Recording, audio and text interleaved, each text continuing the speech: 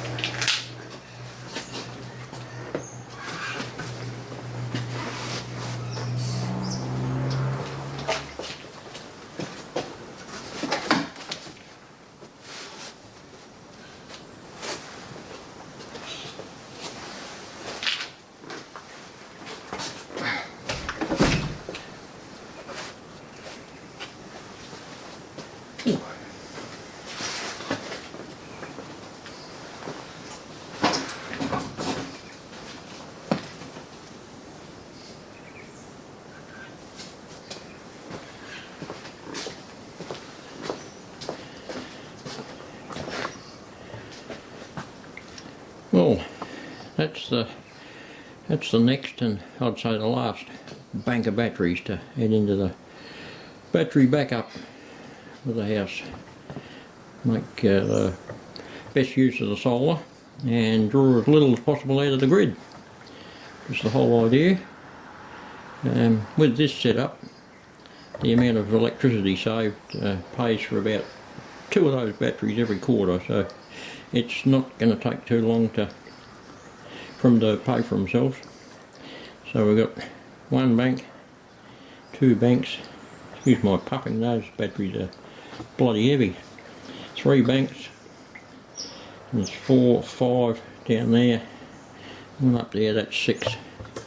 So we've got 6 banks of 48 volts at 100 amp hours each. So that gives us 600 amp hours at 48 volts. Which, if you go to 24 volts, it's 1200 amp hours, which gives us 120 amp hours at 240 volts. And if you halve that, which is usable, you get 60 amp hours at 240 volts.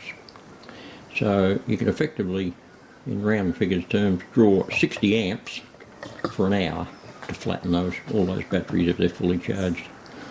That's a fair bit of juice. That'll keep my hot water service happy. And once I add more solar panels up on the roof, on the shed here, it'll get a quicker recharge time and more solar capacity for during the daytime to do the job as well, to save the batteries for night. So everything works in conjunction to save money, which is what it's all about. Of course, now the trick is to, next step is to join all these 12 volts up in series to make one great big 48 volt battery.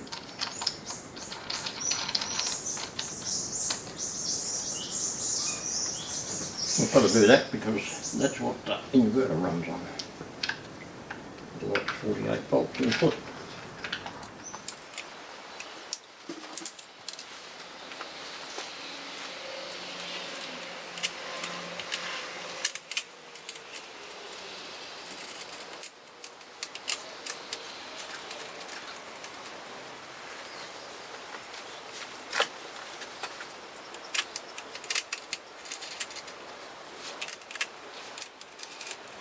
Right, there we go, all joined together, joined into the rest of them in parallel. So now we'll just see what sort of effect that has on the amount of power that we pull out of the grid. I take readings off our meter every Saturday, so I'll be able to compare them from week to week and see how we go.